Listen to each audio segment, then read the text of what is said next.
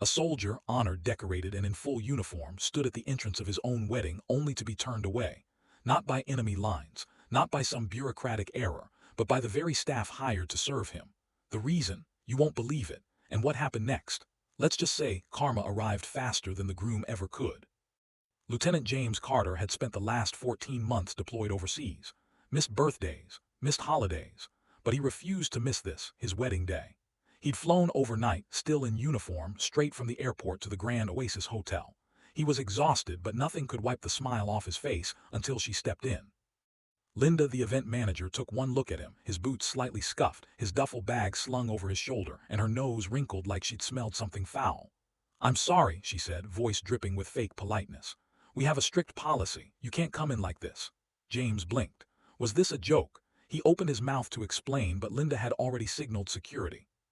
And that's when the real nightmare began.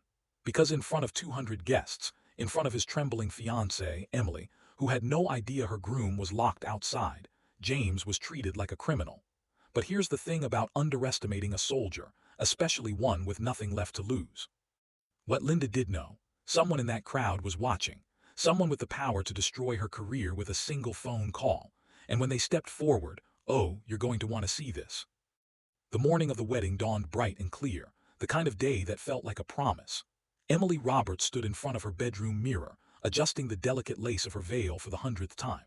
Her bridesmaids fluttered around her like excited butterflies, straightening her train and assuring her she looked perfect. But Emily barely heard them. Her mind was thousands of miles away, with James. At that very moment, Lieutenant James Carter was stepping off a military transport plane, his dress uniform crisp despite the long flight. He hadn't slept in 36 hours, but adrenaline kept him moving. The airport clock read 10:17 a.m., just under 2 hours until the ceremony. He'd made it. Against all odds, after 3 denied leave requests and a last-minute flight change, he was actually going to make it to his own wedding. The taxi ride to the Grand Oasis Hotel passed in a blur of honking horns and James checking his watch every 30 seconds. He rehearsed his vows in his head, the words he'd written in a dusty tent halfway across the world. The cab driver, an older man with kind eyes, noticed the wedding ring box clutched in James' hand. "Big day?" he asked. James just grinned, the kind of smile that comes from surviving something impossible. When the taxi pulled up to the hotel's sweeping entrance, James' breath caught. The place was even grander than Emily had described in her letters. Marble columns framed the doors, and uniformed valets stood at attention. For a moment, James hesitated, suddenly aware of his travel-worn appearance. His boots were scuffed from desert sand, no amount of polishing could completely erase, and his duffel bag looked decidedly out of place among the designer luggage. Then he remembered Emily waiting inside, and nothing else mattered. He adjusted his medals, squared his shoulders, and walked toward the entrance with the same determination that had carried him through basic training. The automatic doors slid open with a whisper, revealing the cool, perfumed air of the lobby. That's when Linda, the events manager, spotted him. Her perfectly manicured fingers paused over her tablet as her eyes traveled from James' boots to his face. The smile she'd been giving the wealthy guests moments before froze into something much colder. James didn't know it yet, but in 30 seconds, his entire wedding day would be turned upside down. Inside the grand ballroom, Emily smoothed her dress nervously as the string quartet began tuning their instruments. She checked her phone for the 100th time, still no word from James. The wedding coordinator gave her a reassuring smile and motioned toward the doors. 5 minutes, sweetheart. Is your groom here yet?" Emily opened her mouth to answer when a commotion in the lobby cut through the music. A raised voice, the sound of something heavy hitting the floor, and then silence. The lobby fell silent as Linda's voice cut through the air like a knife. "I'm sorry, sir, but we have standards here," she said, her words dripping with condescension.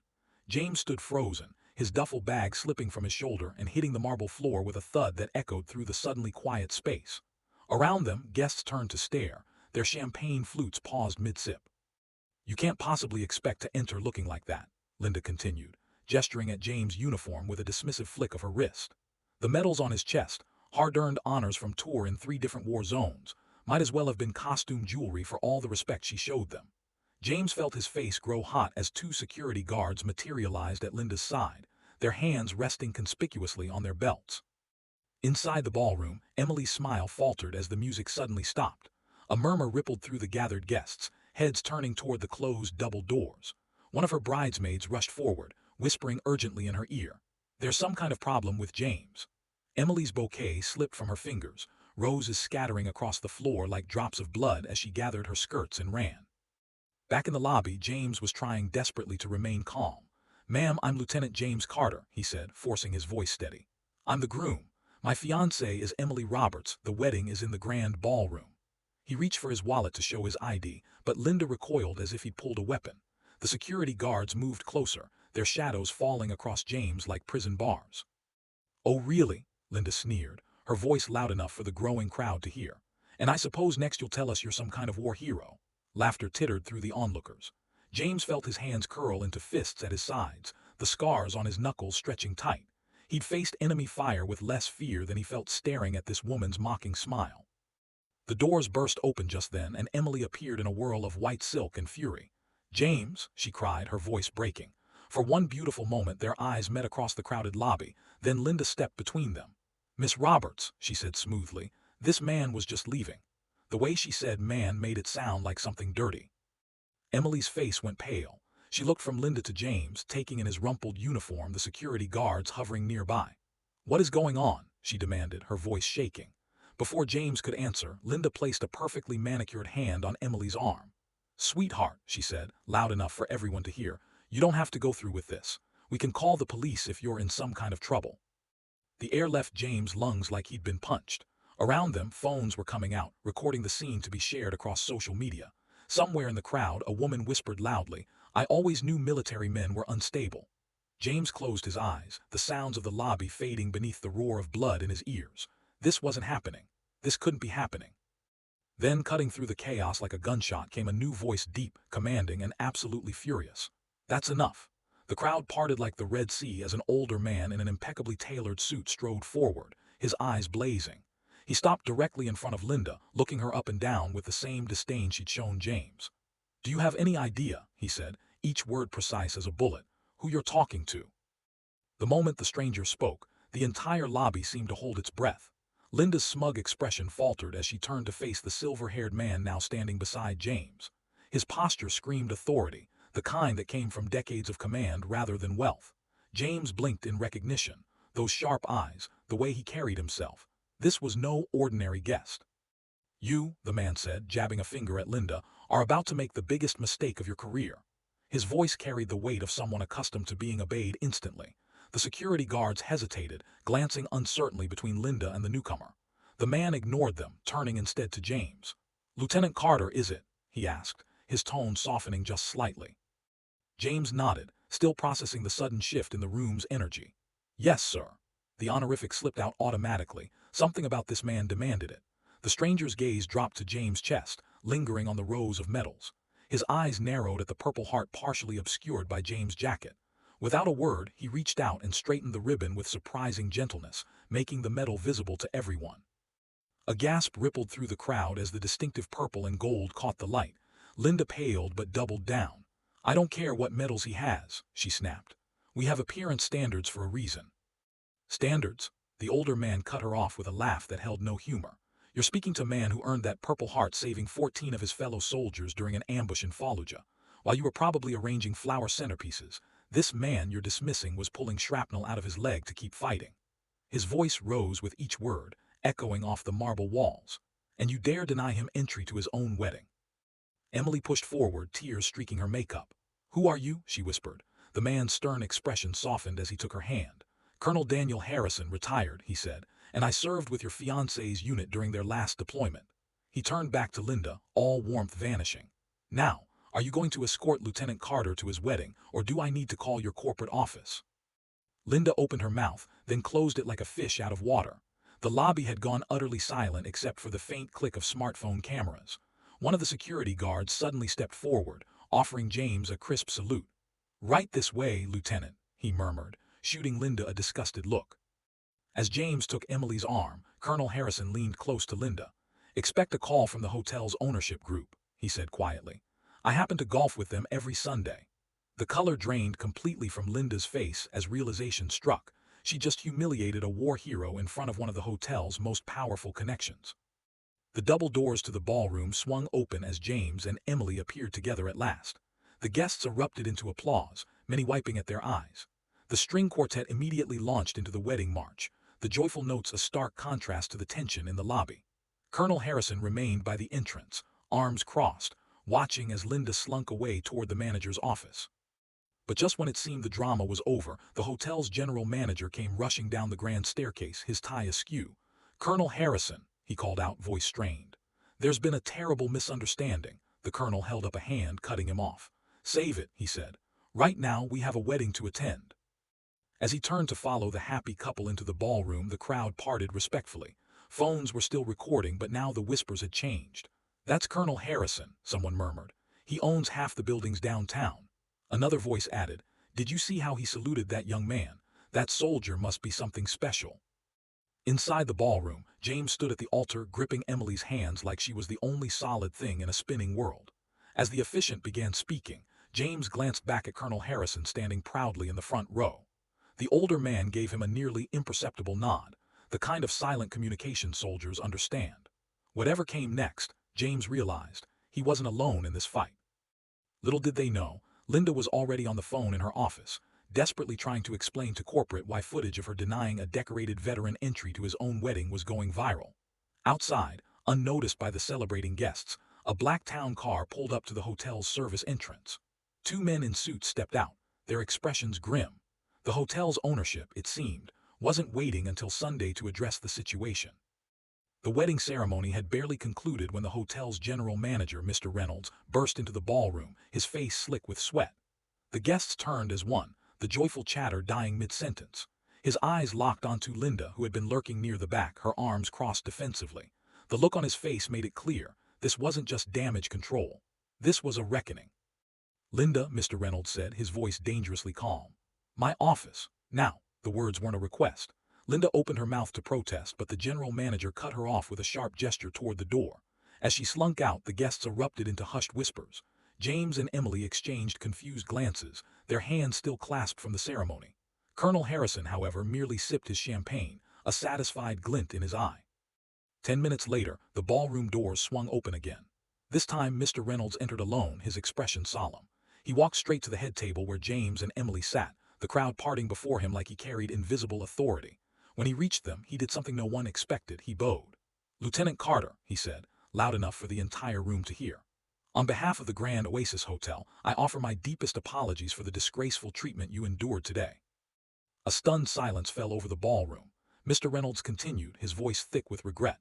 "Effective immediately, Linda has been terminated. Furthermore, your entire wedding venue, catering, everything will be complimentary." Emily gasped, her hands flying to her mouth. James just stared, too shocked to speak. Mr. Reynolds hesitated, then added, "And if you'll allow us the honor, we'd like to provide you with our presidential suite for your honeymoon. No charge, of course."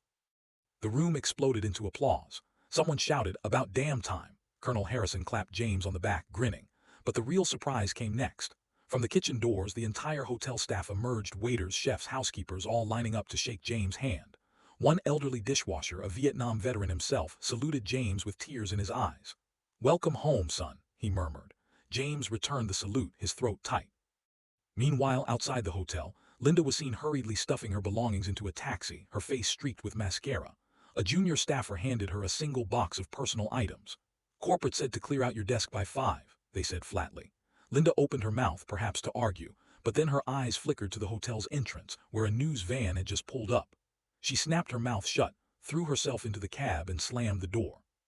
Back inside, the reception was in full swing, the mood now electric with celebration. Waiters circulated with trays of champagne, offering refills to anyone with an empty glass. The string quartet played a lively rendition of "America the Beautiful." And to James' astonishment, the entire room rose to their feet, many guests placing hands over their hearts as they sang along. Mr. Reynolds pulled James aside as the cake was being cut. "Lieutenant," he said quietly, "I want you to know this wasn't just PR. What happened today was unacceptable." He handed James a business card. "My personal number. If you or any of your fellow service members ever need anything at all, you call me directly." James nodded, tucking the card into his pocket with a quiet thanks. As the evening wore on, the hotel staff went out of their way to make amends. The head chef presented a custom groom's cake shaped like James' unit insignia. The head concierge arranged for a horse-drawn carriage to take them around the city after the reception. Even the security guards who had initially confronted James now stood at attention near the doors, nodding respectfully whenever he passed. But the most unexpected moment came when an intern from the hotel's marketing department approached, wringing their hands nervously. "Sir," they said to James, "your story gone viral. The video from the lobby has over 1 million views already. People are calling you the wedding crasher who actually belonged." They hesitated, then added, "We've also had over 200 reservation requests just today from people saying they want to stay where the hero's wedding happened." James could only laugh, shaking his head in disbelief. Emily squeezed his hand, beaming. "Looks like you're famous, soldier," she teased. Colonel Harrison, overhearing, raised his glass.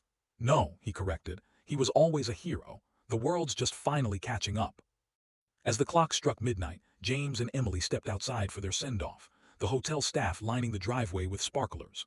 But before they could leave, Mr. Reynolds made one last announcement. "By order of corporate, the Grand Oasis Hotel will now offer a 50% lifetime discount to all active and veteran military personnel." The staff cheered. James, overwhelmed, could only pull Emily close as the sparklers lit up the night around them. Proof that sometimes, the biggest injustices lead to the brightest redemptions. And as their limousine pulled away, one final detail went unnoticed by everyone except the doorman. A black sedan with tinted windows idled across the street, its passenger window rolling down just enough to reveal a camera lens. The press, it seemed, wasn't done with this story yet. Tomorrow's headlines would shake the hospitality industry to its core. But for tonight, at least, the hero got his happy ending. The ballroom doors swung shut behind Linda, sealing away the tension like a bad dream. A collective exhale moved through the crowd as the string quartet struck up a waltz, soft at first, then swelling into something triumphant.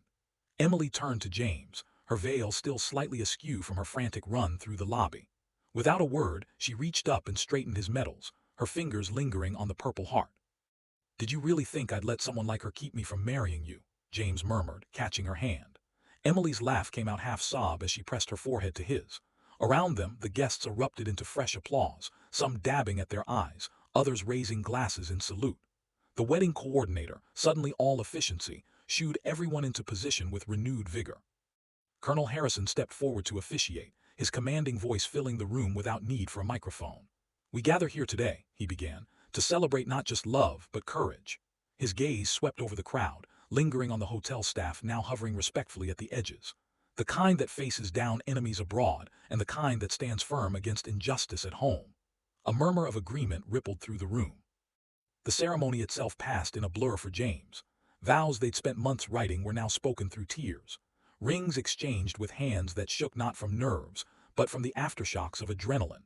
When Colonel Harrison finally pronounced them husband and wife, the cheer that went up shook the crystal chandeliers. Then came the moment James would remember forever. As he and Emily turned to face their guests, every military veteran in attendance, nearly 24 men and women across generations, snapped to attention in perfect unison. Their salutes cut through the air like a blade. James, still holding Emily's hand, returned it with a precision that betrayed how recently he'd stood in formation himself. The silence that followed was more powerful than any applause. The reception unfolded like a fever dream in the best possible way. Waiters who had watched the lobby confrontation now served James with something approaching reverence, refilling his glass before he could ask. The hotel's head chef presented a towering cake adorned with edible replicas of James' medals. "A small apology," he mumbled, wiping at his eyes. Even the security guards stood at parade rest by the doors, their usual stern expressions softened. Halfway through the first dance, the string quartet surprised them by transitioning into the Army's official song. James threw back his head and laughed as the room exploded into cheers, lifting Emily off her feet mid-twirl. That's when he noticed Mr. Reynolds whispering urgently with a group of suits by the door.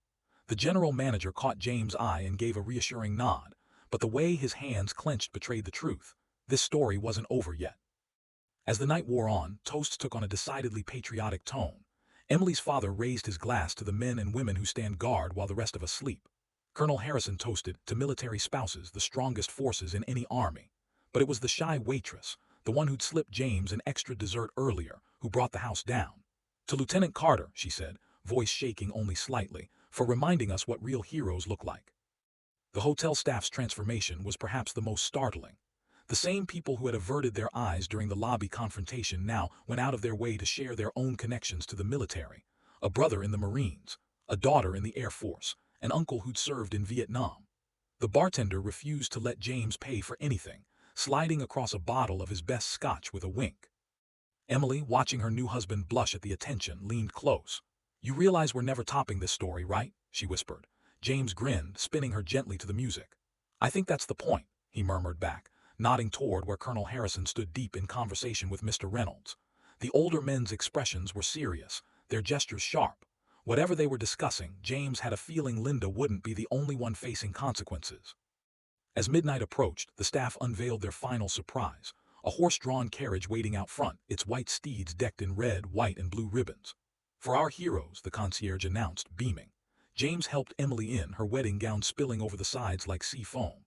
When he turned back to thank the staff, he found them all lined up at attention.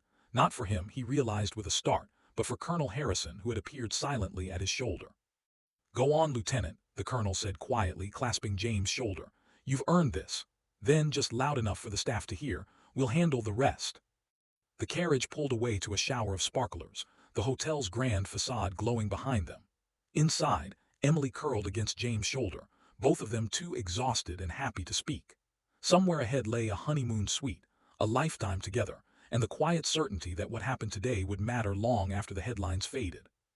Back at the hotel, Colonel Harrison accepted a file folder from Mr. Reynolds with a grim smile. The first of many changes, they both knew. But for now, under a sky full of stars, a soldier and his bride rode into the night, finally, gloriously, right where they belonged. The video went viral before James and Emily even reached their honeymoon suite. By morning, Hero denied wedding was trending nationwide. News vans camped outside the Grand Oasis Hotel, interviewing outraged guests and apologetic staff.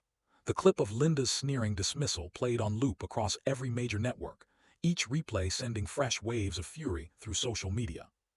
Linda herself became the internet's most hated villain overnight. Her LinkedIn profile was flooded with scathing reviews. A TikTok parody of the lobby confrontation garnered 3 million views in 12 hours. By the time the hotel's parent company issued their formal apology, complete with a donation to veterans' charities, the public had already made their verdict clear. This wasn't just about one rude employee. It was about every veteran who'd ever been overlooked. James woke to 247 new friend requests and a voicemail from his old commanding officer. "Carter," the gruff voice said, "turn on CNN." There he was, his own wedding footage playing beside footage of Fallujah. A retired general was giving an impassioned speech about how society treats its heroes. Emily, curled beside him with her hair still pinned with wedding flowers, squeezed his hand. "You're famous," she whispered, equal parts awed and terrified. The hotel's corporate office wasn't the only one scrambling. By noon, 3 major veterans organizations had reached out to James, offering speaking engagements. The White House sent a congratulatory letter signed by the president himself. Even the airline that had flown James home issued a statement honoring his service, along with free lifetime upgrades. Yet amidst the whirlwind, one moment stood out. A handwritten note arrived at their suite, delivered by a trembling intern.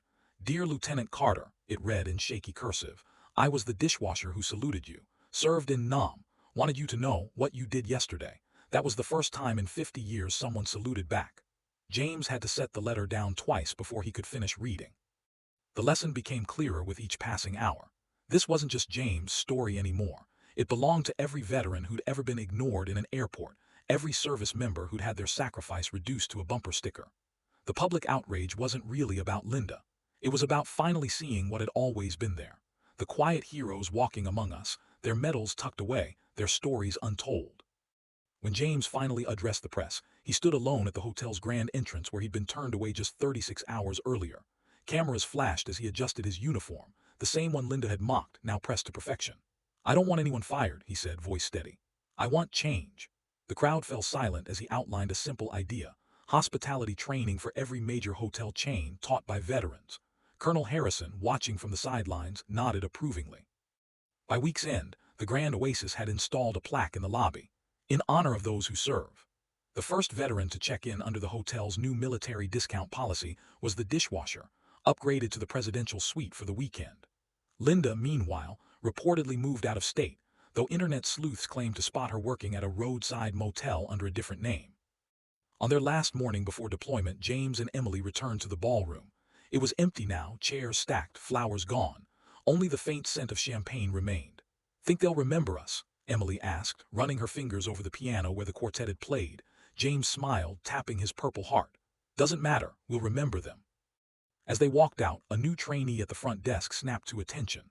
James returned the salute out of habit, then paused. "Relax," he said gently. "Just think of it today, that's enough." Outside, the sun shone bright on the hotel's new flagpole where Old Glory fluttered beside the POWMIA banner. A small change. But sometimes, James thought as Emily laced her fingers through his, that's how revolutions begin. The story faded from headlines within weeks, but its echoes remained. 6 months later, when a Marine was denied service at a diner in Ohio, the manager recognized him instantly from the viral wedding story. Not only was the meal free, the entire staff lined up to shake his hand, and that perhaps was the greatest victory of all. Some stories fade away. Others change the world in quiet ways no headline can capture. That video of Lieutenant James Carter being turned away from his own wedding didn't just go viral, it became a mirror held up to society. A reminder that heroes don't always wear capes. Sometimes they wear scuffed boots and faded uniforms. Sometimes they're the quiet dishwasher in the back of a hotel kitchen, waiting 50 years for someone to return his salute. James and Emily's story sparked something rare, not just outrage but real change. Hotels redesigned their employee training. Strangers started thanking veterans in airport terminals. And that plaque in the Grand Oasis lobby, last I heard, someone leaves fresh flowers by it every Sunday. No note, just a single purple heart blossom tied with a ribbon the color of courage.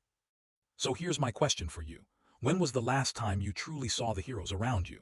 The teacher who buys supplies with her own paycheck. The nurse working back-to-back shifts. The quiet neighbor with old military photos in his basement. Their medals might not glisten under ballroom chandeliers, but that doesn't make their service any less extraordinary. If this story moved you, do me a favor, hit that like button. Not for the algorithm, but for every unsung hero watching this right now.